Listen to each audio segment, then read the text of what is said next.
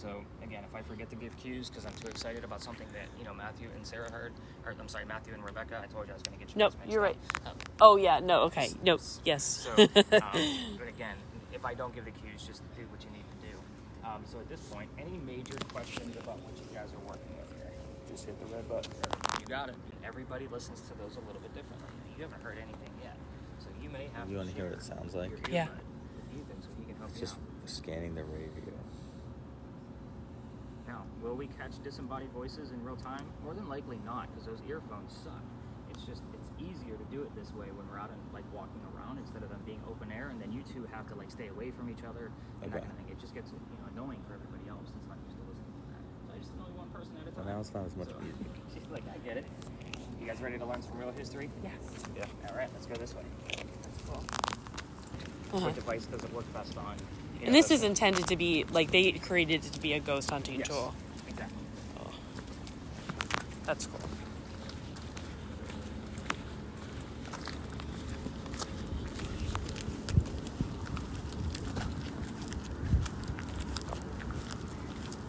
All right, so we are fortunate enough that there are no cars in here tonight. So lucky us. What's weird too, I'm going to explain the space and go through the history, but I will tell you that they just put in these motion sensor lights. So they must have done that in the past 2 days, because last night was the first time I recognized them, because I'm here every night, and I was actually trying to use them as part of the investigation. So some of them are on right now, but others are not. So again, as long as we kind of know where they're at, we can try to play with those later on. So that's a new thing that I'm testing out, see if she's going to give us any motion. So welcome to a parking lot. Congratulations, you made it. This is a big one, right? What the hell are we doing at a parking lot? This place used to be something. It used to be the Eliza and Charles Pinckney Mansion. So it actually sat in the front of this space facing East Bay Street. Eliza's garden was lined up with Five Church Restaurant over there and came all the way across. And we are standing in the servant and slave quarters for the home. So that's kind of giving you the layout of the land. Who the heck were these people? First off, Spirit Box, I'm not going to be giving you questions like what color was George Washington's white horse, like what we did with the big red barn.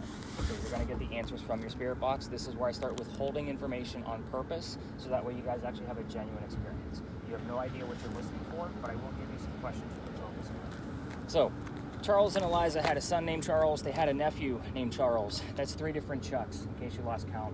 That's why we look for secondary clues. I need to know which Chuck came through, if that makes sense. So there's always defining clues about a person other than just their name. But anyway, the son and the nephew were signers of the Constitution for South Carolina. It's a big deal for us. I hate politics, probably more than anybody here. We're going to move on. We're going to talk about Eliza. She's like, oh, thanks for that. I hate politics too.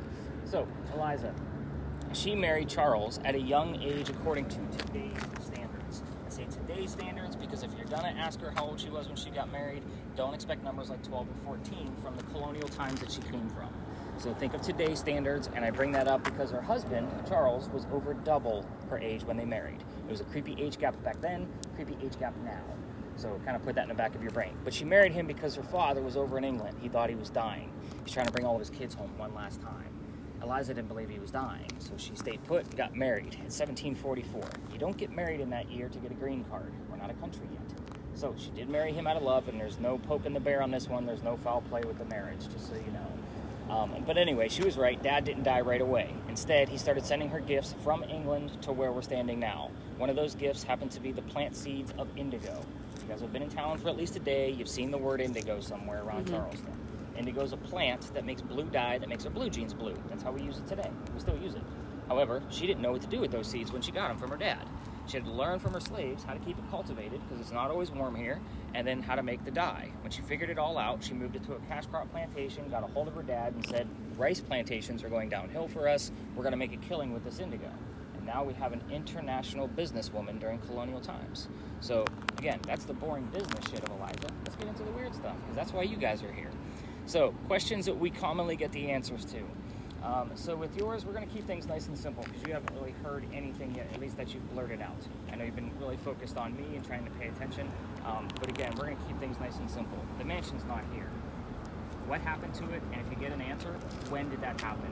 I also want to point out with spirit boxes, don't get frustrated if you don't get a direct answer to your question. There are other people asking questions, and we have literally 6 different communication devices working tonight. lines. 2 spirit boxes, 2 video cameras, my voice recorder, and my word generator list. The answer can go anywhere.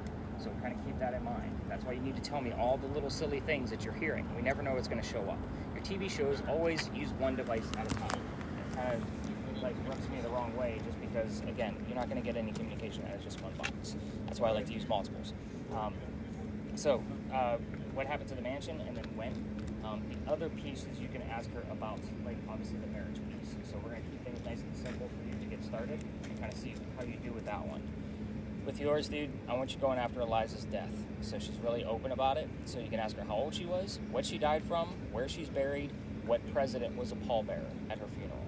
So if you decide to go rogue and ask your own questions, please tread lightly with this location. This is a prominent English woman that needs respect, otherwise nothing will happen. So again, I haven't looked at my EMF detector yet to kind of see if anything goes on. I want to explain this before we actually start spreading around and start asking questions. So like I said, this measures electricity inside the air. If you were to put this behind your TV set, it's going to read about 40 to 60 milligauss. Your microwave running and heating up your food is going to be 150 to 170. The average spike for this location is between 18 to 22. That's half the electricity that comes off your TV. And that's an average spike. We have seen this guy go well over 200 in here. It's the highest spike I've ever seen at 214. It's like putting your head inside the microwave. So that was an investigation, or part of the tour where we actually left. So again, I can't have that much electrical with a seizure disorder. So that's just too much in the air for me. So that's why I took this first. So until we get used to the readings, it's reading at zeros right now, but I'm going to do a couple of laps and kind of see what's going on with your guys' devices as I'm walking around and take notes. But otherwise, we'll see what actually happens here. You guys ready to do this? Yeah. Let's get the spirit boxes cranked up. Looks like both cameras are already recording. Anybody walking through, you get it, move your cameras out of their way. So let's spread out, let's have some fun. This is why you're here. I'm supposed to ask out loud.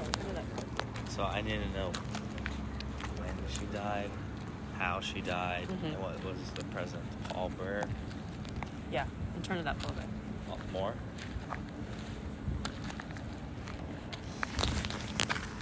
Ma'am, I think you're looking for ma'am. What? Oh yeah. Okay. You're being respectful. I'll respect you, man.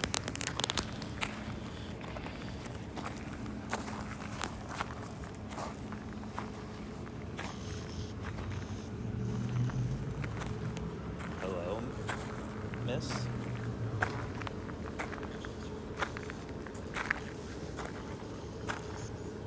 Oh,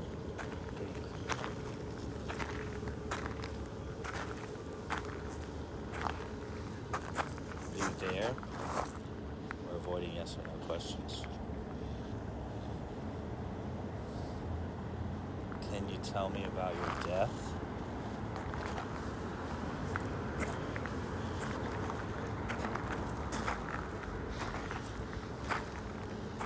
Bible. Loved one. 18? 14 something.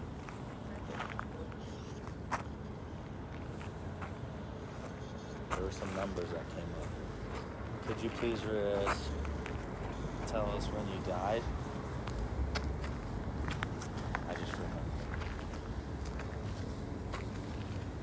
And a president. We're looking for a president too. What president was the pallbearer?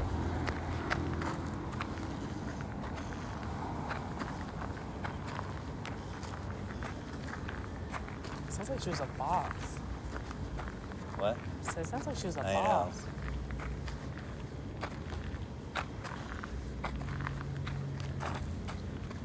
It's a broken glass. Be careful.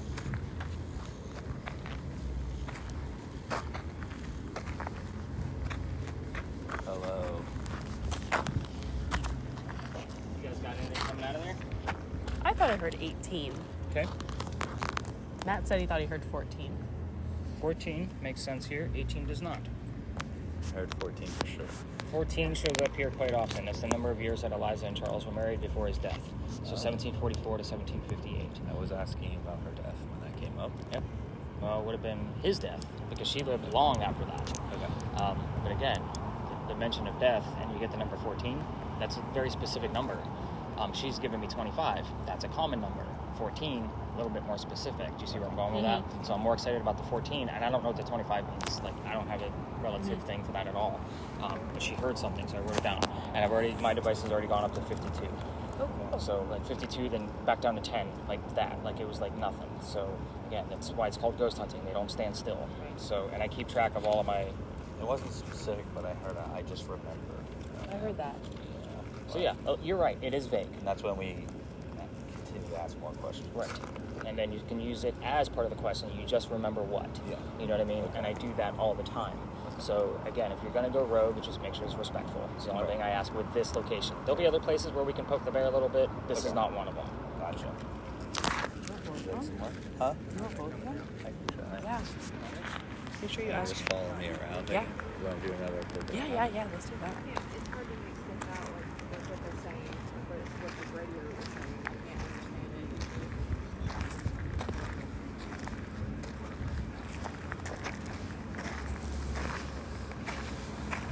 Ask her about her garden.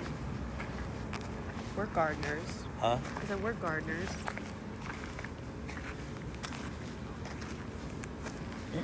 Could you? What is I supposed to ask? About her garden. Could you That's a road tell request. us a little bit about your garden? Wool? Wool? That's not a garden. That's land, right? Crop. I was thinking of cotton. Do you have animals here? I like to plant tomatoes. We have some good tomatoes coming up. What else did you grow?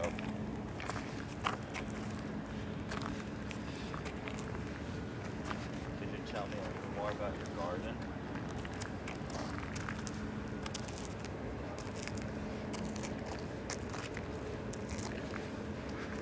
President Pallbearer.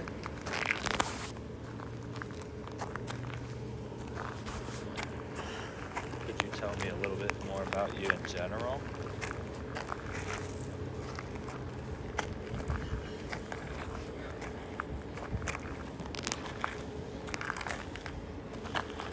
After I asked that question, I kept hearing multiple yes. Yeah, what? Yes. What else could you tell us about yourself?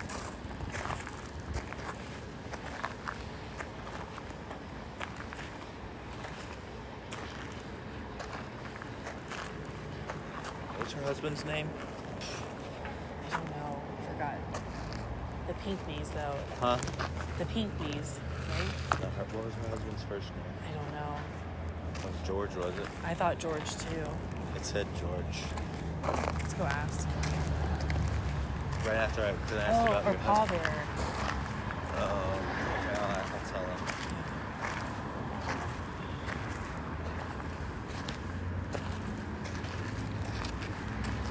My readings are off the charts. Are you getting anything crazy? George. Pretty good at this, man. I keep hearing. I keep feeling like I get responses as I ask. And What did you ask when you got the name George? You're asking about just her. I was asking if she could tell me more about her. Yeah. And then right after he said, what's her husband's name? So, I just had readings, like, I had one that spike was 100.7. Wow. Really? So in my head is actually hurting a little Death. bit. I heard death. She keeps getting like these weird, darker terms. Minor casual. But the George did die as a casualty. So there is a George involved, and I'm going to go over all these answers here in just a minute. A minute ago, you were asking just about, like, can you tell us more? And he said he got, yeah. Yeah, I was like, can you tell me more? Yeah. And then she was trying to come up with a question for shit. Yeah. I was like, I don't know what else to say. With the readings that I have and my head hurting a little bit, again, I don't normally put my health into this, but again, if I feel like we need to probably move. But let's go right back to the back again and go over all the answers. So Ethan, you got anything crazy going on your camera? No, sir. Did you find anything on your camera? No, just when we were over there, it kept getting something on the car, but I think it might have also been the car. Yeah. Fair enough. With yours, that's the only camera I use that might be a real-time moment because it's so large. Yeah. So That's part of the reason why I got it, because I was explaining to Ethan the other two cameras I have are super small. The next one after that is even smaller than his phone. Like it's a GoPro. Yeah. So let's go back to the back again. Like these readings are literally off the charts. Yeah. Like I was just here last night and didn't have them, and I was testing the new motion lights to make sure like that wasn't feeding into this. Sure. But that's should only give us like a 3 to a 5. Yeah. Like if it was affecting us at all. Not 100.7. Yeah. If that makes sense. And you just watched it go from 89 to 3. Yeah. Like nothing. Like that was the next reading. So again, anything man-made is going to be a gradual up or a gradual down. So 89 to 3, like again, I just told you a microwave goes up to 150. So we had about half of what a microwave will go up to. So, and now it's sitting at zeros now that we're sitting here chit-chatting. So, yeah, so you're deterring. No, I'm kidding. Yeah. Yeah, actually, we're going to go over why that 14 in Georgia are relevant. Let's go back to the book. Okay. Is it Eliza?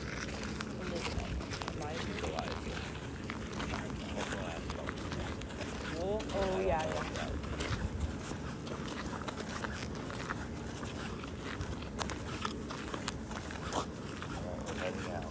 Thank you.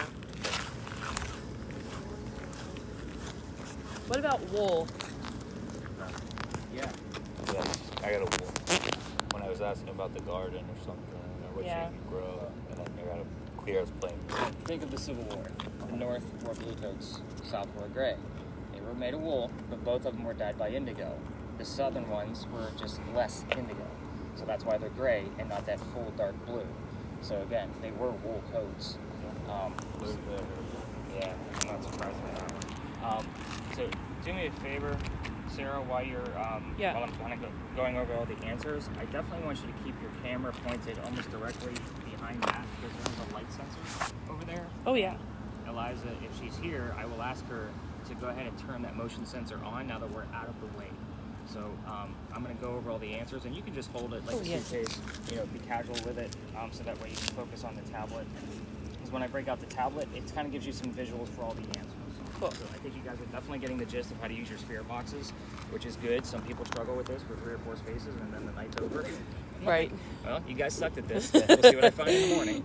But I think you're getting the gist of it, and you're going to see why I get excited about the 2 terms that you found of George and 14. Okay.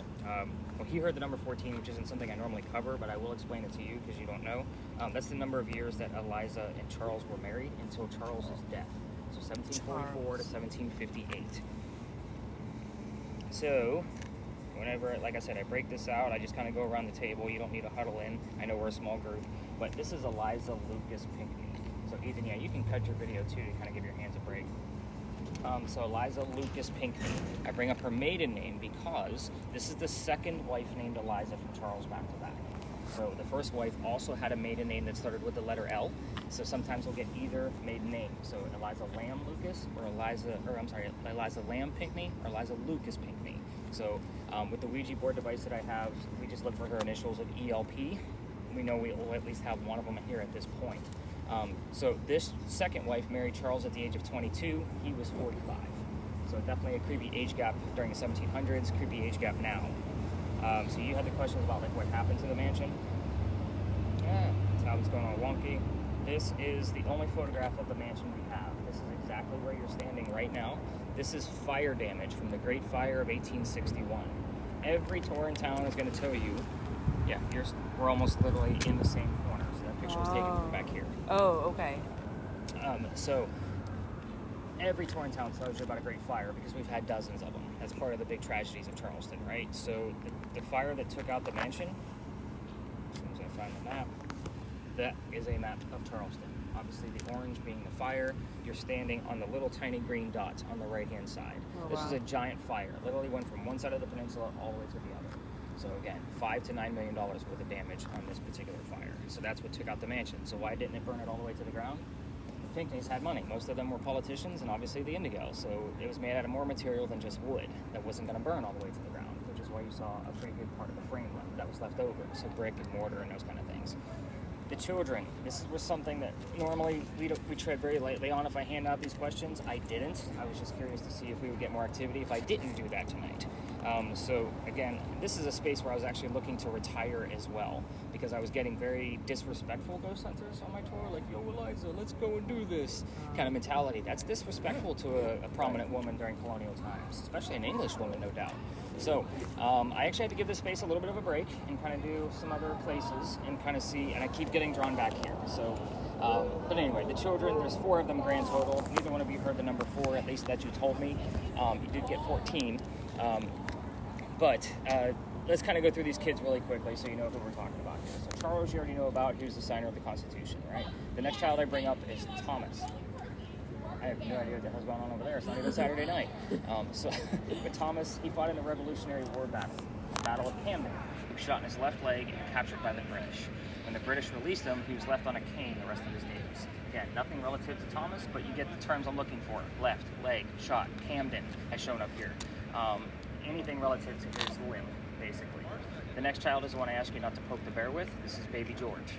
So, baby George was born and died in June of 1747. We don't have an exact date of either birth or death, so we don't know how old he was, days or weeks old. If I were to take my guess based on research, he was at least a few weeks old because you wouldn't name a child until they were christened. So, again, that takes a few weeks. So, George doesn't have a headstone or a grave. Here's the weird thing. This is where things get creepy for you. Back then, they would have allowed the family to mummify the child and keep them right here in the home in a tomb, waiting for the mother to pass away, so that way he could be buried with her. It gets even more weird when we bring up Eliza's death. But there's one more child. By the way, don't go home and Google mummy's baby and not expect a phone call from the government. That was a religious practice. So again, that's kind of how that one works. The next child is the only daughter. Her name is Harriet. So she married Daniel Ory. The reason that's important, Ory County is Myrtle Beach. So that kind of gives you an idea of where she lived, 2.5 hours north of here. It's not 2.5 hours north for Eliza. There's no cars. So lots of letter writing between the 2 of them. When we do hear from Harriet, which is very seldom, quill, ink, paper, published, anything relative to letter writing is normally what pops up around Harriet. Eliza's death, which were your questions, right? So she was 70 years old when she passed away in 1793. So first off, I'd like to point out that that's a long time for a woman to be alive during colonial times. We're actually going to talk about a woman later on who lived even past that. So, same time frame. But anyway, she was going to Philadelphia getting treatments, whatever they thought she had. It turned out to be breast cancer. We didn't know what the hell breast cancer was in 1793. We're going based off her medical records. She died in Philly. She's buried in Philly. That should raise 2 questions in the back of your brain. First one is baby George. If my theory is true, they would have transported him by horse and carriage from here all the way to Philadelphia to be buried with mom. Now I'm actually going to Philadelphia in August. My first stop is to swing by Eliza's grave and pay my respects for a woman I've been talking about for the past 4 years and see if I get anything from a spirit box. Of course I will. So we'll kind of see what happens. The other thing is if she's up there, why the hell are we down here? I don't take you to actual cemeteries. It's minimal activity at best. So again, it's not enough to do a tour 7 nights a week walking through cemeteries with actual equipment. People don't hang out where they're buried. They go to their mansions 400 miles away, which is exactly why I bring you to empty parking lots like this, because it used to be something beautiful and historical relative to the history of Charleston. So, who wants to take a guess who the president was that was the pallbearer at Eliza's funeral? George. Oh, 1793. Taft. You're just guessing No, presidents just at this guessing point. president. You're on a dartboard. Yeah. Most people guessed Adams, and you are incorrect. So it's a good thing you couldn't answer, and I love the throwing darts. Like, that was pretty cool. Like, Taft was way after me. I'm like, wait a minute, that's Heard wrong. about him on an earlier tour. So it was actual George Washington. So you were right the first time. We got George. You did, Yeah. but I'm looking for that other clue to see which George it is. There's actually 3 of them. Let me explain the George Washington bit first. So George Washington, at his own request, wanted to pay homage to Eliza for her indigo that helped get our country started. It was a big deal for him. So that's why he actually... Who is blowing up my phone? Oh, I didn't even check this guy. I was gonna ask. We got my child on here. Oh wow. But anyway, that's why the George Washington bit is pretty important here. But at the same time, when we got over here, I told you I'm not going to give you questions like what color is George Washington's white horse, and I do that on purpose, so that way I subliminally put George Washington in the back of all of your brains, waiting to see who's going to give it to me while we're out there. You all pass with a fail. Good job. So, and even the wrong guess, I'm excited about it, because that means you're definitely not, subject to subliminal messaging. Matthew's like, I'm down with that. That's actually pretty cool. I get it. So again, it's one of those pieces where I have to do it just so I know who I'm working with. If somebody's going to spit it out there, I take their spirit box and give it to somebody else in their family. Like, you're just going to repeat the same shit I've already said. So I just take it away from them and explain it to them later. Again, I'm that guy. Yeah, it's not that they suck. It's they want things to happen, and we all want things to happen. Don't try to make it happen. Just let it happen. So that's why we're kind of out here like this. I think that about covers this location. So the next space we're going to go to is about 2.5. Are you okay? You sneezed a couple times. Just want to make sure you're right. She's always sneezing. Okay, fair enough. Yep. Now that we know all that, and that's on recording, and, so it's going to go to the press later on, just so you know. We're going to go to an alley. So, Sarah, you can actually stop your video at this point. I don't think it actually came. Let's see.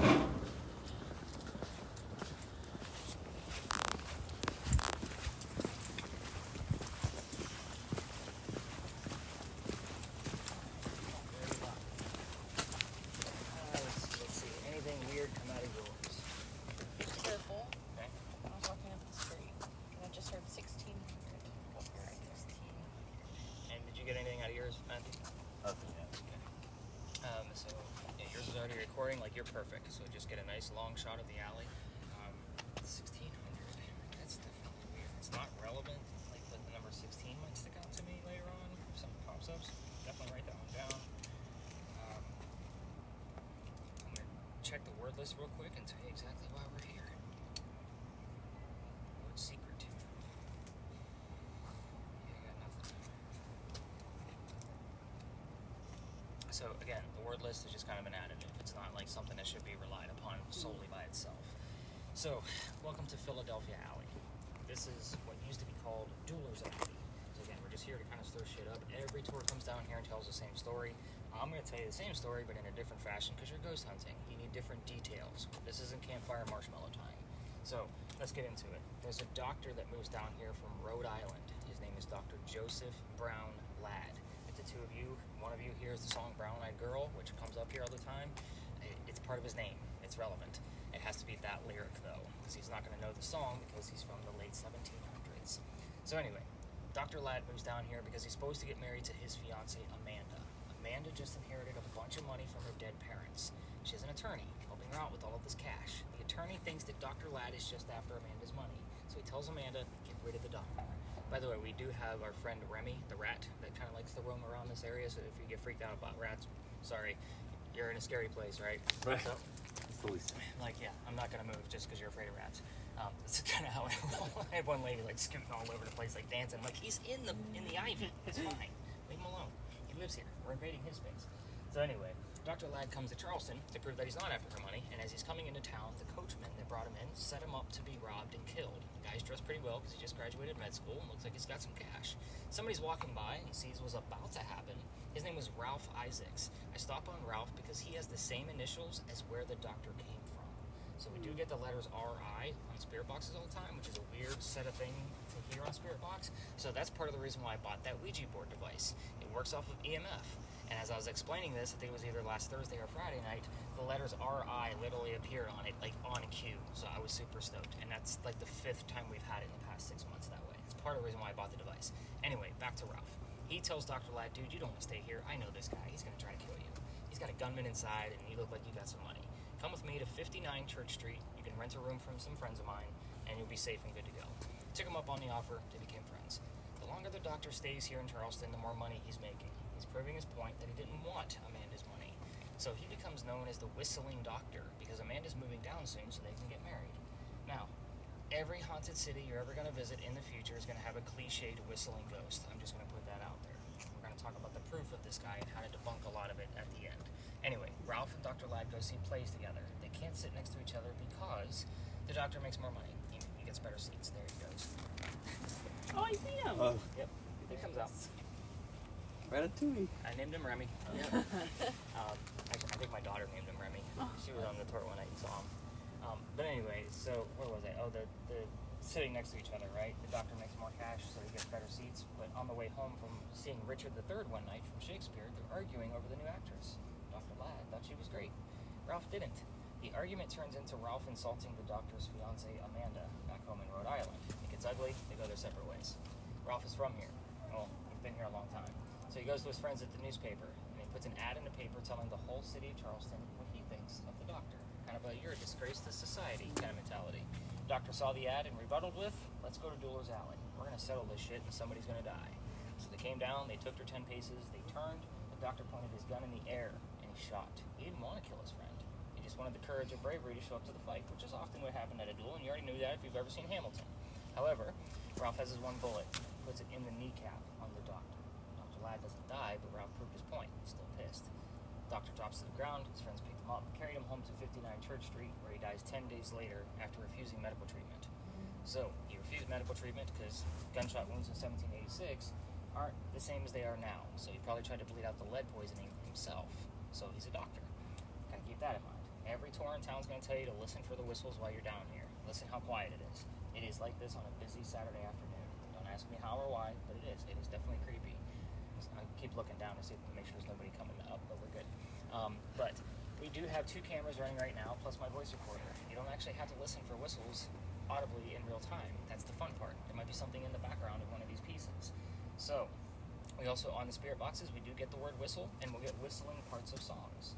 So there's a lot of little clues relative to Doctor. We had Brown Eyed Girl, right? So we have the number 59, which shows up here all the time.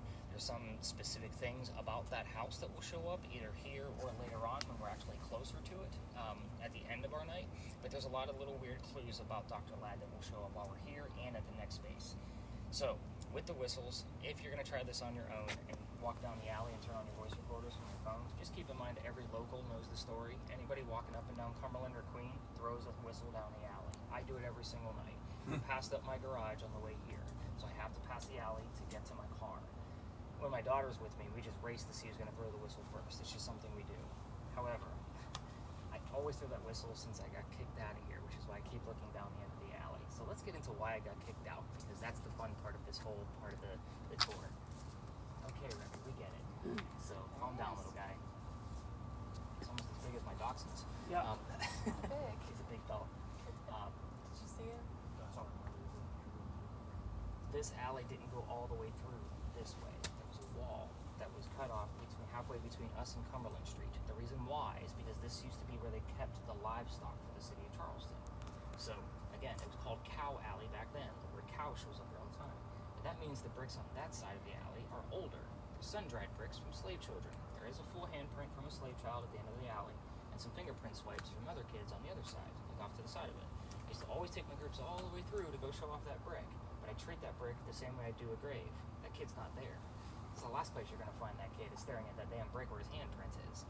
So, trying to shoo my group along, it was on November 26th of 2020, because I know the kid's not there, and second, it's right outside the kitchen window of the beautiful mansion at the end of the alley. I'm just trying to be respectful.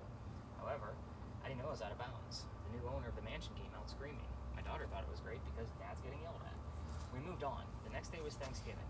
I don't tour on Thanksgiving because, again, I think you already know I worked in retail management for 20 plus years, mainly for Walmart. So, again, you can understand why I'll never work Thanksgiving again in my life. So, like, I'm down with that. I hear you. Yeah, So, I can imagine. the next day was November 28th. I had a partner back then, and I called him up, and I was kind of like telling him what happened. And he's like, dude, you can't go down that far. You're only allowed to go down halfway. That's the cutoff point. Or you got to reroute your group and just skip it. So I told my tour that night, I'm going to tell you the story outside the alley, but we're going to reroute.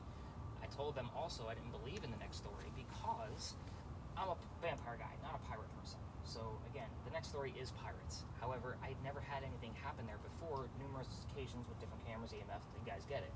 So, before we left, somebody heard the name Anne on a spirit box. I didn't tell them who we were going to be investigating.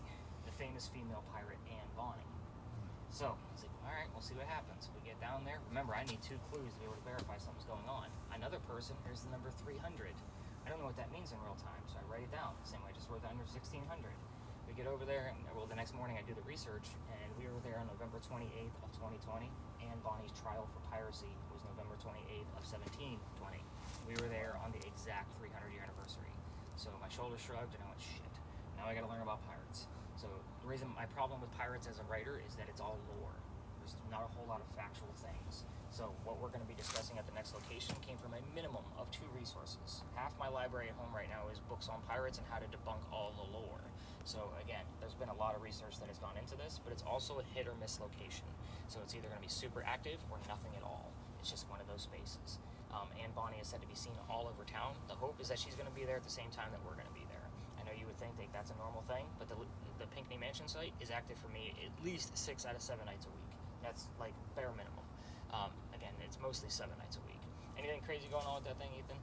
No, sir. Like, you've been focused, man. I was like, maybe he's got something. No. And he's just not speaking up. So with that said, we're going to be walking up to around St. Philip's Church in the Powder Magazine. We're going to just stay out of the other tour's way because a lot of people like to cut through the area that we're going to be investigating, but we will be able to spread out. Just keep in mind, we will get things from this alley. And I know history can be long. I've seen a couple yawns and I'm keeping you up late. No, you're good. So, before we leave, the gate. There's a reason why I like to stop at the gate. Remember that the alley was cut off this way. This is where my job gets fun because I get to put all the clues together at the different time frames.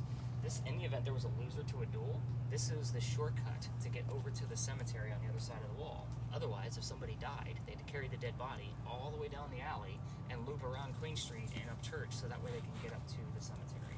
So again, this was a shortcut. The wrought iron gate wasn't there, but the archway definitely was. So again, just a cool little piece of our history that not many people know why this little gateway is here. There's a courtyard right there, but I saw another rat. But there's a fence around the cemetery. It probably wasn't there during the time.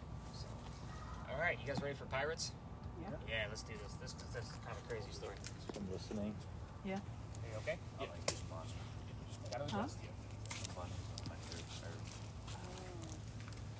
There's a store called Anne Bonny, maybe not far from here. Dancing.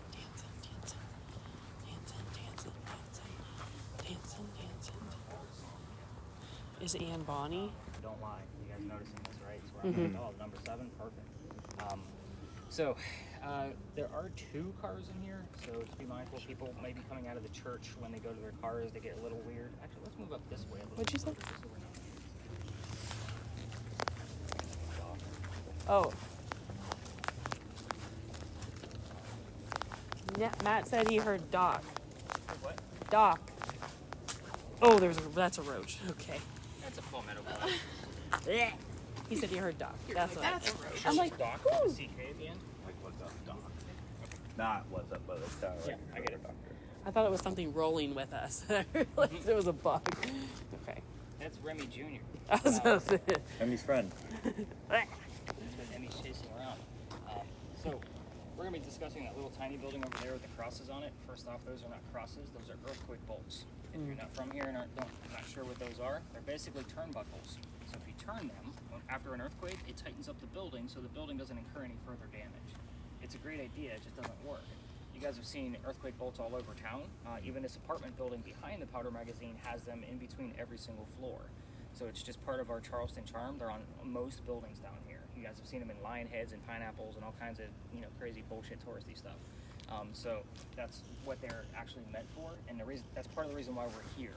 So those earthquake bolts specifically were put in because that's the first set of earthquake bolts that Charleston ever put in, because that's the oldest government building in South Carolina. So they needed some way to protect it. Keep in mind that the earthquake was in 1886. I don't think those bolts were put in until 1889, maybe 90. But this building dates back way further than that. We're here because this building was being constructed at the same time that Anne Bonny came here to start a new life. You guys watch the TV shows where they use the teddy bear to attract a child ghost? Yeah. It's the same principle. This is something she would recognize. This is what I call a familiar. Same thing as that teddy bear for a child ghost. So this building was finished in 1713.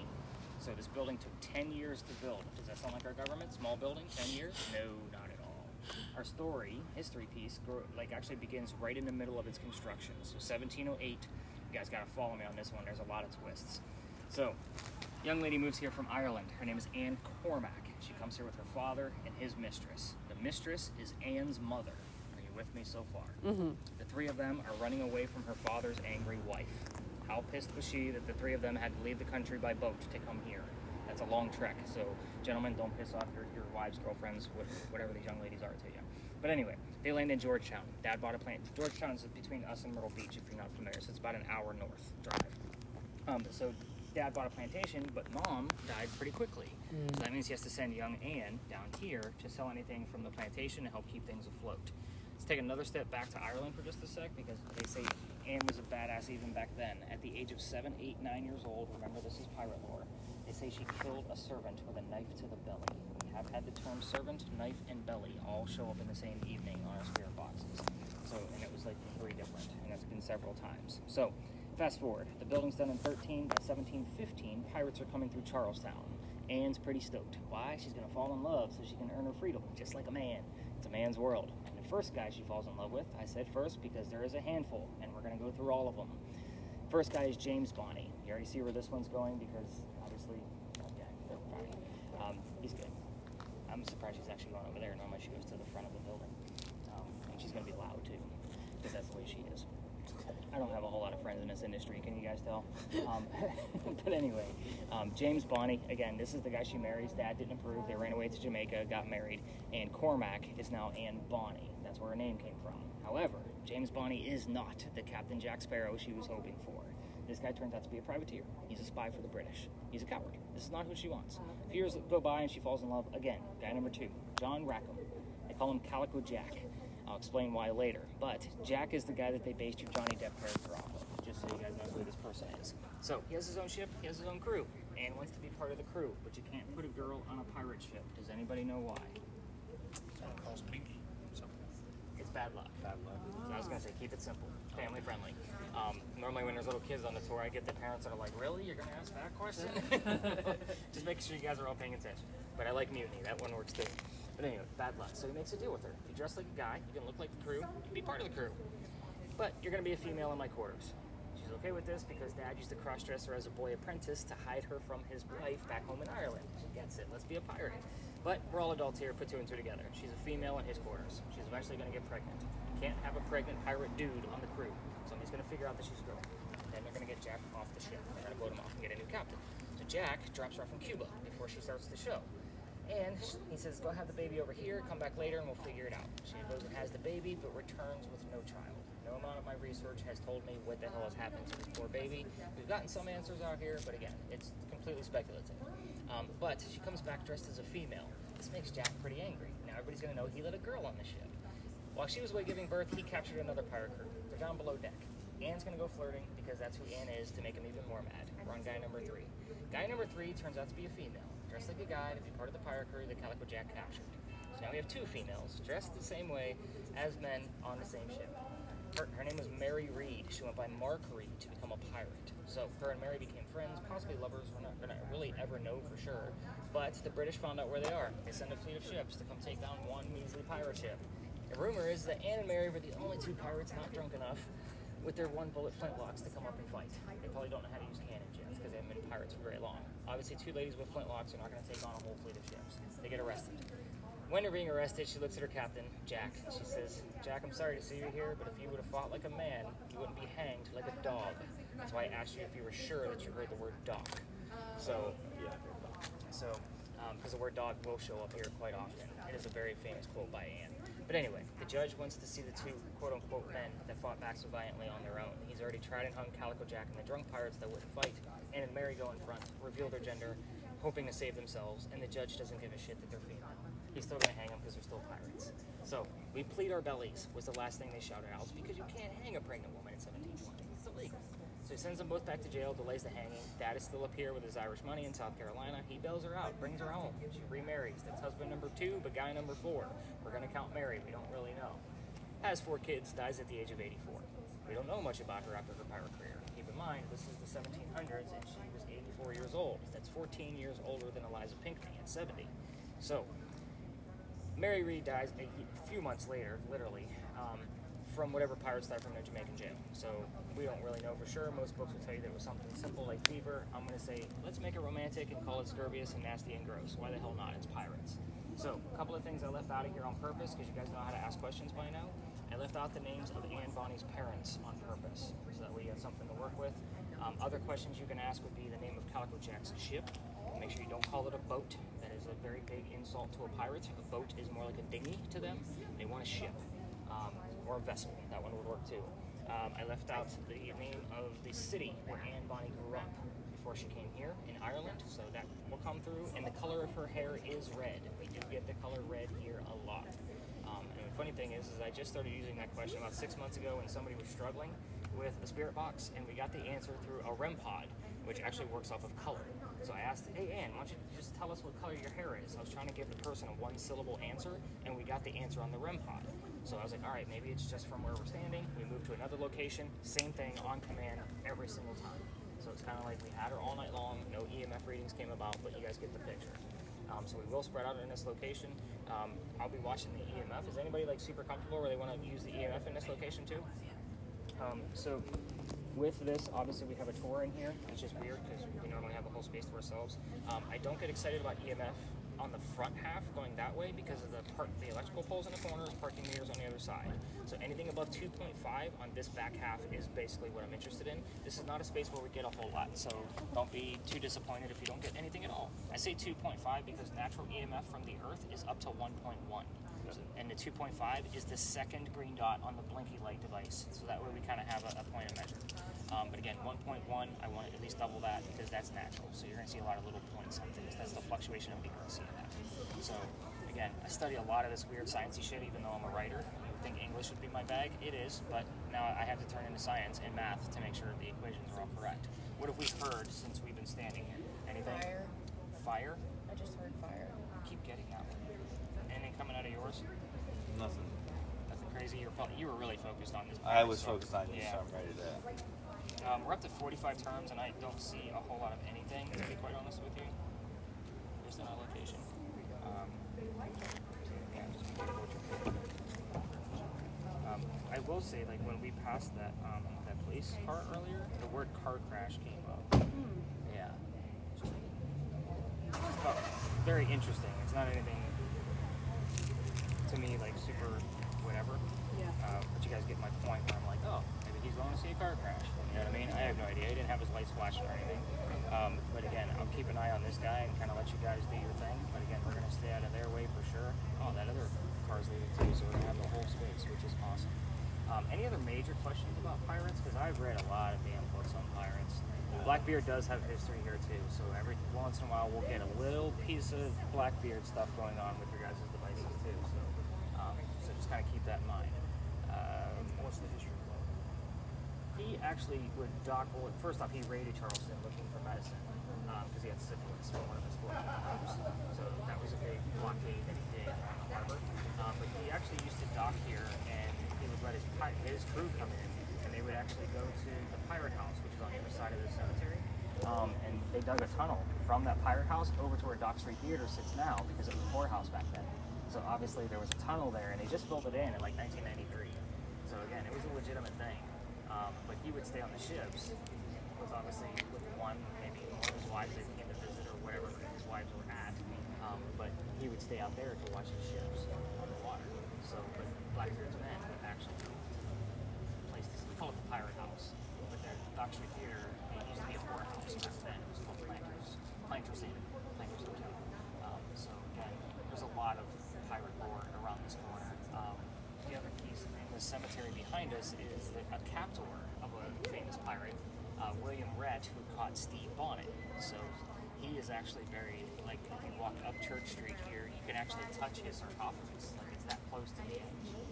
So he doesn't come through. I used to talk about him, but we would never get any like relevant things, so I just took it out. Missed a tooth. Probably quite a few people missing teeth back in the day. That's Yeah, right. especially pirates, right? Nothing to even rush with. All right, so let's carefully spread out and just be mindful of where the hell that car's going to go. We're going to go. It's weird.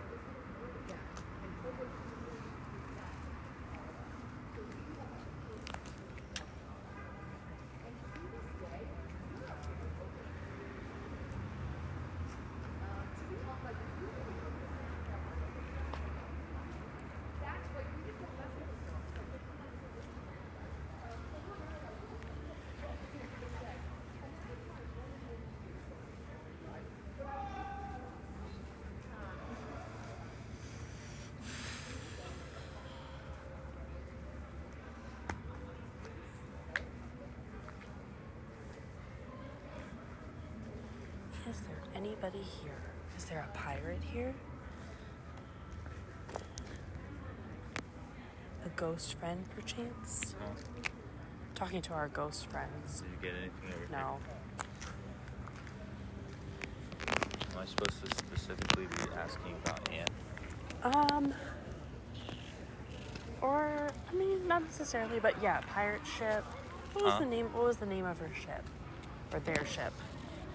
Calico Jack's ship. Hello, Anne. It is nice to meet you. Ooh, yes. What was the name of your ship?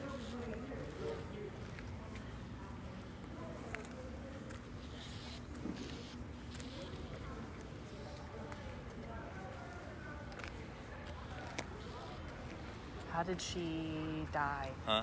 Oh, what were her parents' names? What were her parents' names? What were your parents' names? It said unforgivable name.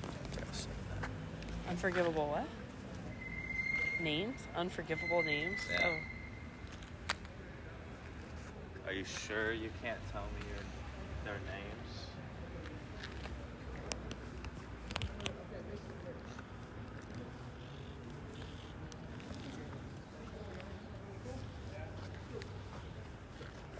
Oh.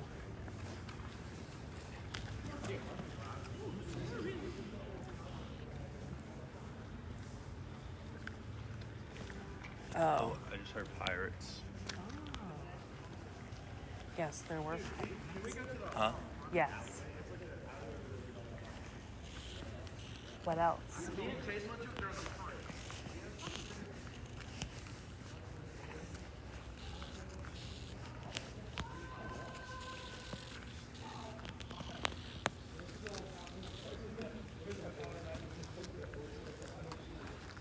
Anything coming out of your guys' stuff? No. Anything really specific? You heard pirates, and then he asked about their names, and And he it said, said unforgivable names.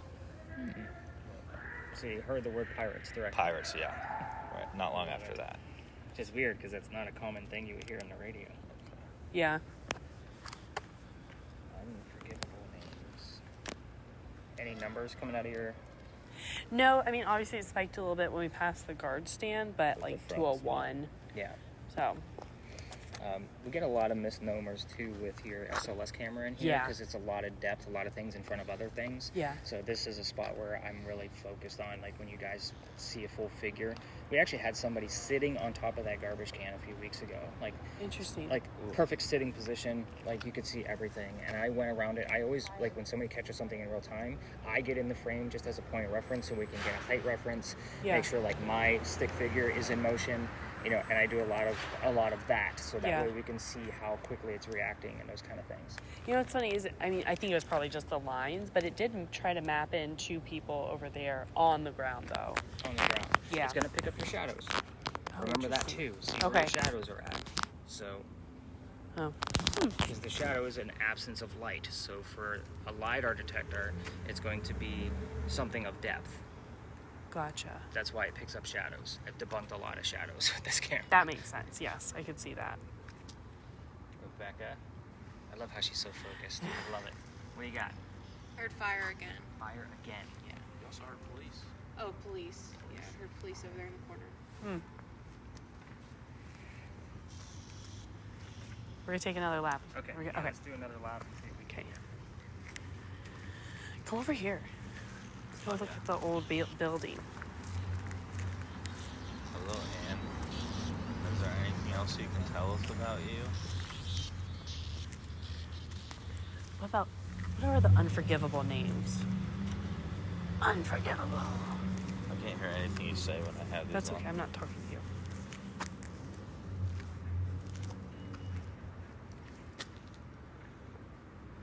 Can you tell me the name of your ship?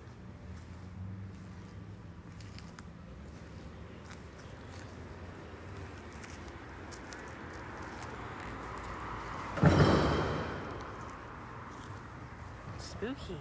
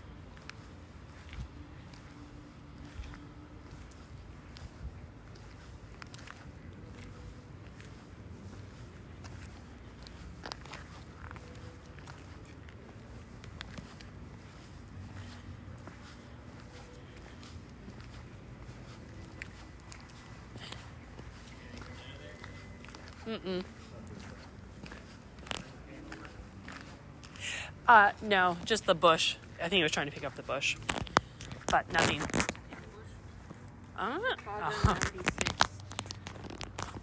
So, anything crazy along the way? Let's see. I heard 7 again. Okay. Male. Not sure. It was like male paper. Yeah. Male, female. $10,000. Okay. That was it. What about like music? If you hear lyrics, I want to know what the lyrics are. Corner.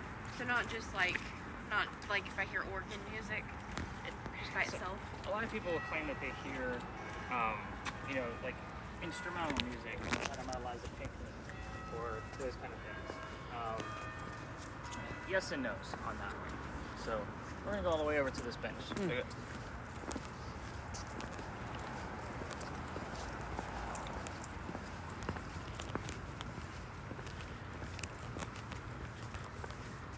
So, Matthew, Rebecca, have a seat.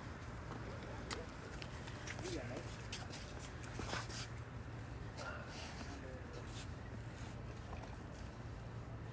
These are disposable blindfolds. I don't want your eye buggers. You get to keep them. Okay.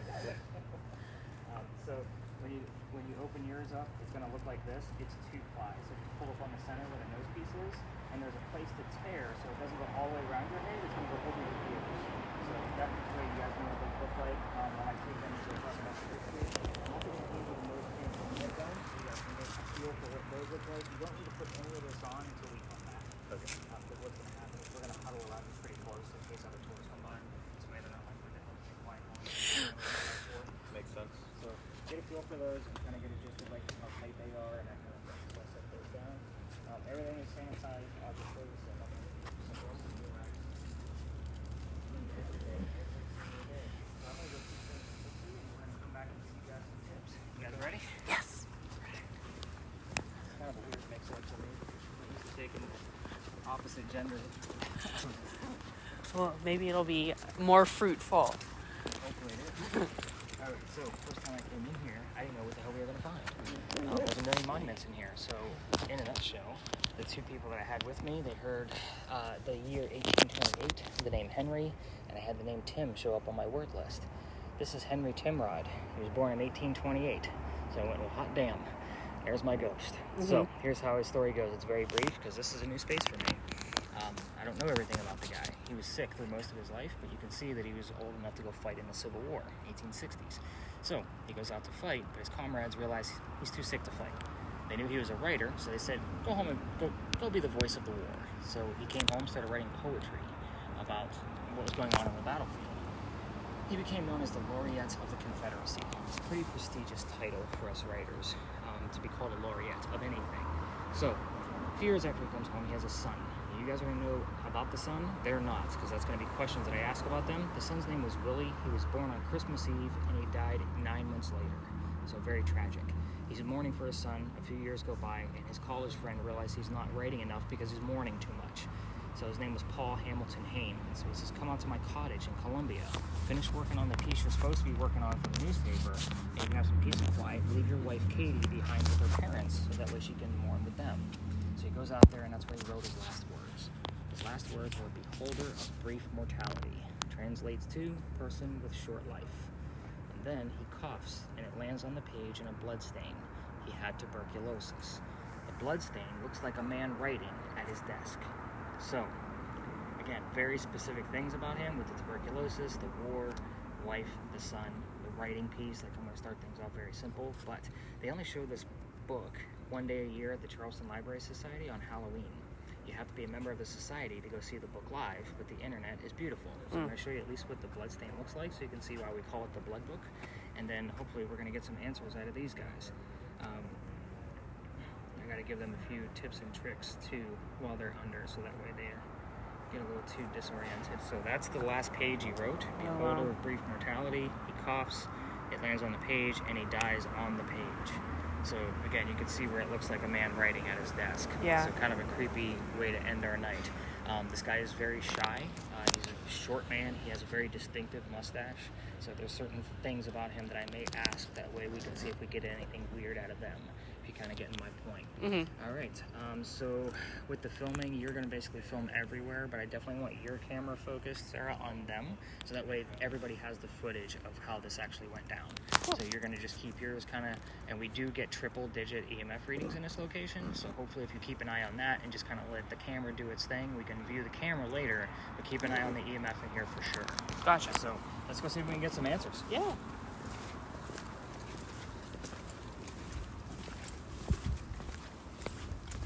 All right, so before we begin, I'm going to keep doing this for 10 minutes and 10 minutes only. This is the only thing that I time with everything that we do, just because this can be very disorienting. So again, when I tap you or your family members tap you out, don't get up. I'm just going to say that. Your eyes are going to have to adjust the whole 9 yards. This is also a time where it's okay where it's repeat those yes/no answers. You don't need to shout either. I definitely want you to try to whisper. We can hear you. So again, most people want to shout right at the top. Also keep in mind, you need to tell us what you're hearing in real time. Don't try to remember 10 minutes of shit. We want this on recording because I'm going to be asking questions and we want live answers. So that's basically the whole point of this. Once you get everything on, you can start right away. I usually give about 30 seconds before I start asking questions. But you're going to put your spirit box off to the side so we know you're not messing with the volume. So again, once you get everything set and squared away, so this is going to be any major questions. Does everybody understand why we're doing it this way? Yeah. So I definitely want you guys huddled in closer. So we're going to stay pretty tight to them because the tours like to come through here and they like to stop right there. So again, I don't need them seeing I'm blindfolding my people in the middle of the night. So go ahead.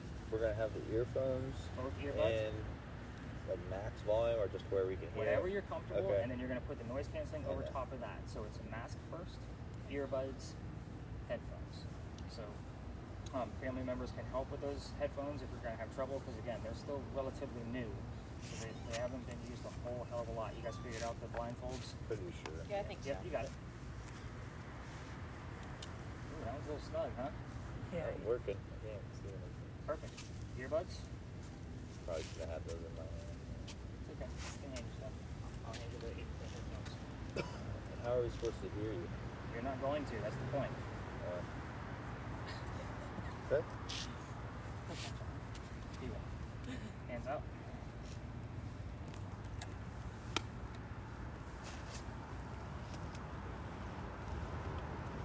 Yeah, you had it right the first time.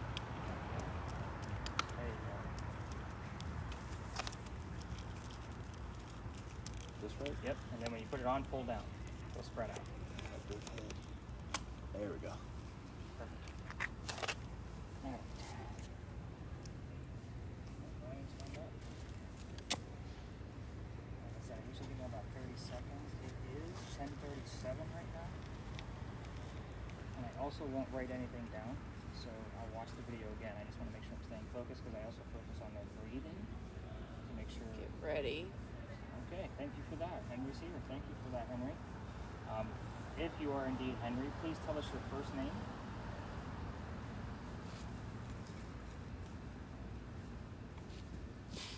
Can you tell us your first name?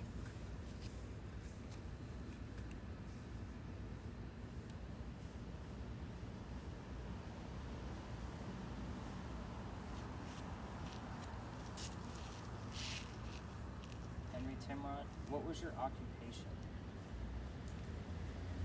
It's nice and easy at first.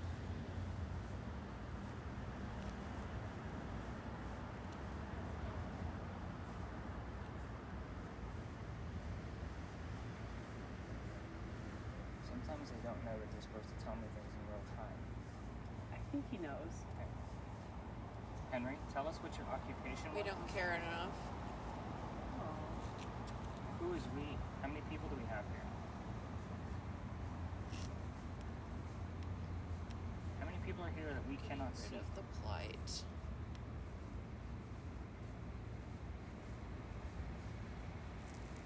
Henry Timrod, we want to know what your occupation was.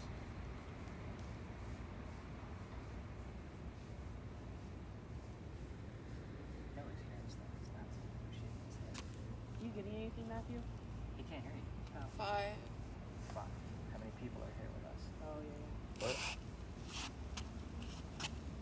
Are you hearing anything? You know, you're supposed to tell us what you're hearing.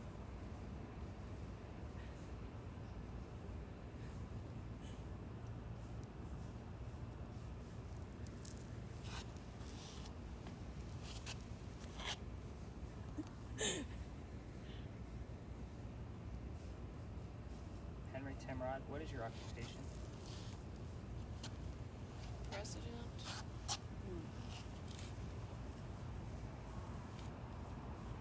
Sounds like he's been a little bit of a smart aleck. Not necessarily. There is Andrew Jackson's mother's memorial is over there. Huh. So, can you tell us which president you're referring to? What is the name of the president that you're referring to? Tell me how it feels. 800. Tap him and let him know he's supposed to be telling us what we're hearing. Are you hearing anything? What? Are you hearing anything? No. Oh. It's like white noise and like just clips of words.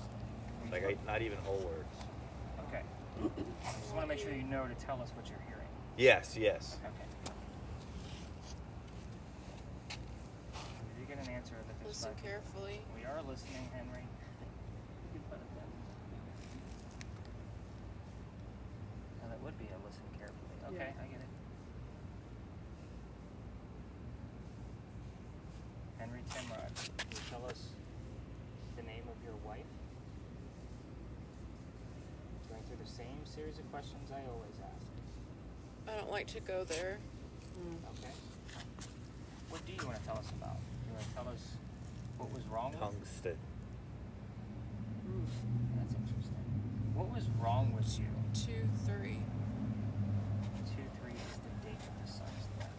October 20th. What was your son's name?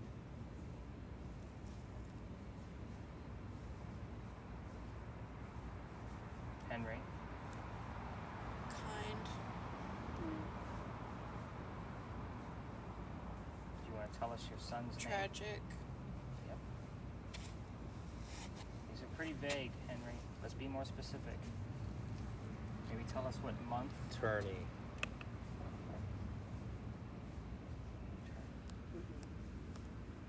Tell us what month your son passed away. You gave us the date. What was the month?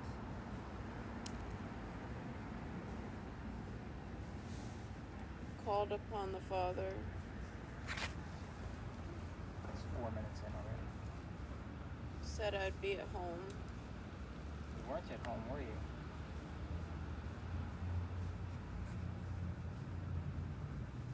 Henry? Be more specific. I was in the hospital. You were in the hospital. What was wrong with you while you were in the hospital? So busy. Powerful matching technology. What were you doing in the hospital? What was wrong with you? Drag it out a little longer. I am dragging it out to 10 minutes, Henry. That's all we're getting. This is hard for us on the living. You haven't told Matthew over here anything. 7 o'clock Houston time. What were you doing in the hospital? Let's get an answer to that. That's very specific. What kind of illness did you have? Houston time. 200. Why were you in the hospital?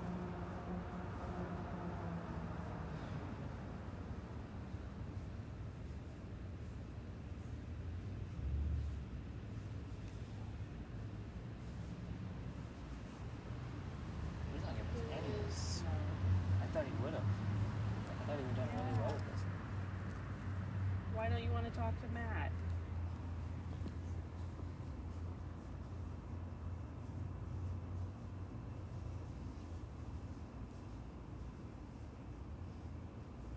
What was your son's name?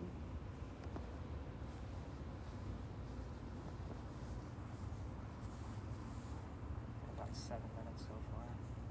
Henry, we're running out of time for you. It can do lots of damage.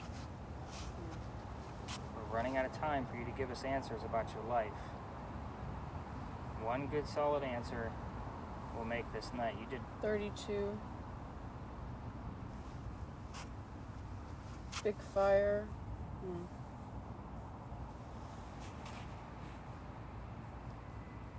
She is focused. Yeah. She always Keep like this coming. Keep coming. Can you give us an answer what your son's name Hunt was? them down. Put what down? Did she say hunt them down? Oh. Souls out. Do you not like the other ghosts that are here? Oh, this is always fun. Henry, tell us what you're hearing right now. What are we hearing? What's coming from the church? $3. What's coming from the church? We can get this answer all the time. Open a pipe to the spirit. What?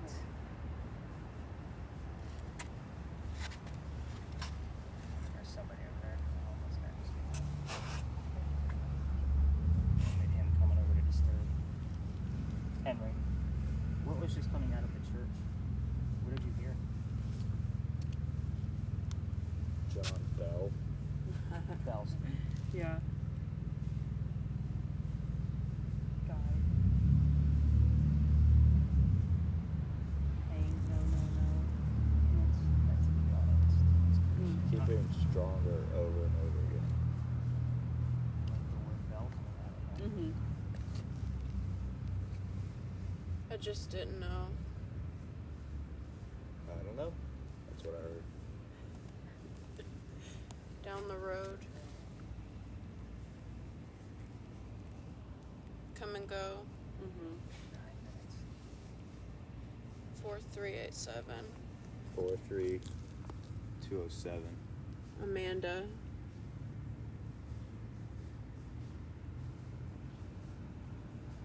Amanda. Oh. Secret.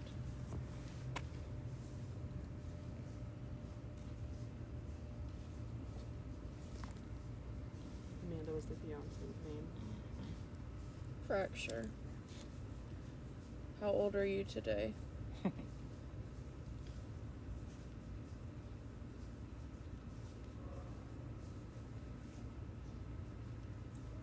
right, Henry, one last chance. We're going to tap these folks out so they won't be able to hear you anymore.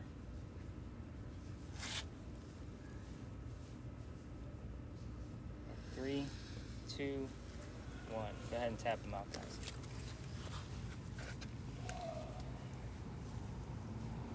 Yeah. It was like a ton of instrumentals. So Over and over the again. one thing you actually gave us was a direct answer, and it's something we've been playing with. You gave us a lot of, like, they were answers, but they were like possible answers, like nothing super specific. You did give us the number 5, which is something that I commonly hear when we ask how many ghosts are here with us. The number 5 has happened before, so I wasn't surprised at that. Actually happy that you heard the number 5. So you said the name John Bell. We asked Henry what sound was playing right now, or what was coming out of the church. The church bells were going off. That Ouija board device, we've actually seen the word bell being spelled out for us when we've asked that question. Or we've had people say, I just heard like church bells. And the actual sound of church bells. But you said the name John I didn't Bell. hear any bells, yeah. Yeah, John Bell. John Bell. So we asked what's coming out of the church right now? John Bell. So we have that bell piece of it. Do I count this as a success? Not necessarily. I normally look at a minimum of 4 direct answers before I'm going to call this a success. One thing. Again, to me, it's still not coincidental. We didn't have any EMF because I was kind of glancing at that from time to time. I just got a lot of like music, like when, and then like I don't know, is what it was You shook saying. your head a couple times. It just kept saying I don't know. And you did give us the number 2 to 3. That was the other piece where I was excited about. We didn't ask the direct question, but that's the son's birthday of the gentleman that we're talking about. So you guys are going to know the history tomorrow when you guys get your links and listen to your regular audio. But again, we were dealing with a writer who lost his son at only 9 months old. So it's kind of like a tragic tale to end the night. You said that at one point. Yeah, you did say tragic Yeah. when we were asking about the son. Like, 'cause when you gave us the 2-3, and I told them like, hey, he did die on October 23rd. We kind of pursued that a little bit, and you said the word tragic. So again, it could possibly be part of that. I'm looking for those more specifics. Anybody have was anybody like of Spanish descent or Hispanic descent? Like, would that have been anything relevant? No, he was a native Charlestonian. Okay, so I heard a voice several times, and it came through like in a sentence with a Spanish accent. Okay. Anyone on the square? Any monuments on the square? Oh, you said president. Yeah. You Andrew said- Jackson's mother has a memorial over there, and we will get things relevant to that from time to time. But again, I need at least 2 things before it's going to be super relevant. That's why we even asked, like, what president are you referring to? And we were waiting for you to say Jackson or Andrew or something along those lines. But again, I wouldn't call this a success, just so you know. But again, it's always fun to experiment. How do you guys feel, by the way? That's usually the first question I ask. I was uncomfortable for the first half of it. Yeah. But I was also cognizant that I was blindfolded and it was white noise, so it was just like. It takes away those other senses. That's the whole point. It's supposed to heighten your sense of hearing, so that way you can focus. And so for the second half, perfectly still. Yeah. the second half, I felt more like okay, and more was coming through. So at one point, I was about to take them off. Just be like, I was done. Yeah, it's not It was easy. weird. Yeah. It was weird. So that's the fun part of it. Yeah, but I was like, let's just stick it out. Can you imagine somebody who didn't listen to a spirit box all night? Oh, yeah. And then them going under? It does not go well. Yeah, I can see that. They're like, I only hear. I at least radio. knew what I've been listening to all day. Right, So, that's the whole yeah, okay. So just want to make sure That's you guys don't good feel to know. disoriented or anything like that. You guys look fine. I was watching your guys' breathing. You guys both did fine. So this is again, without anything kind of craziness going on or any kind of success, I'm going to say let's call it. This was our last stop. Okay. So I'm going to go ahead and stop the audio at this point, so you guys know how much data you're going to get back. Oh, look at that, 75 right on the dot. Wow. Again, that happened the other night too. It's kind of like, all right. That's right. You guys showed up super early. I'm like, it's 10:50, really? You guys showed up at like 8:30, so 2 Yeah. hours and 11 minutes. Again, I don't time this. We just go. So that definitely means we're gonna get for probably 5.5 to 6 hours worth of media coming back to you. What your data page looks like tomorrow morning is everybody asking me about my investigations. The podcast is at the top. I also wrote a field guide. Not everybody gets a thermal imaging camera or a spirit box. So the field guide literally walks you through every single thing inside my bag of how to watch it with examples or how to listen to it with examples. So if you get stuck or want to see some actual evidence from other tours, you can do that. Your data stays on my website for an entire year. Today's what, the 18th? So we're getting closer to the end of the month. Every report I write is about 5 to 12 pages long. So try to get to your data in the next couple days because it's all downloadable. So the videos go to YouTube, obviously, the audio is MP3, right-click download. My notes with links, copy, paste into a Word document, and it brings the links with it. So that way you don't have to keep revisiting my website and scrolling through the month of April to try to find your data. So again, it make everything nice and easy for you. And again, it's going to be a lengthy report, but I do score every investigation based on what happened in real time and my findings in the spot check. And that rating system is on the field guide as well. So you can see like there'll be a number in your conditions. Like it might be a 35. This is about average, but I will tell you that the EMF readings that I found over there, those are more points based on my scoring system. So this might actually turn out to be above average of what I normally see just based on the high EMF we had at the Pinky Mansion site. Cool. So questions, comments, concerns? No, that's cool. awesome. Is this what was you guys fun. thought you Yeah. signed up for?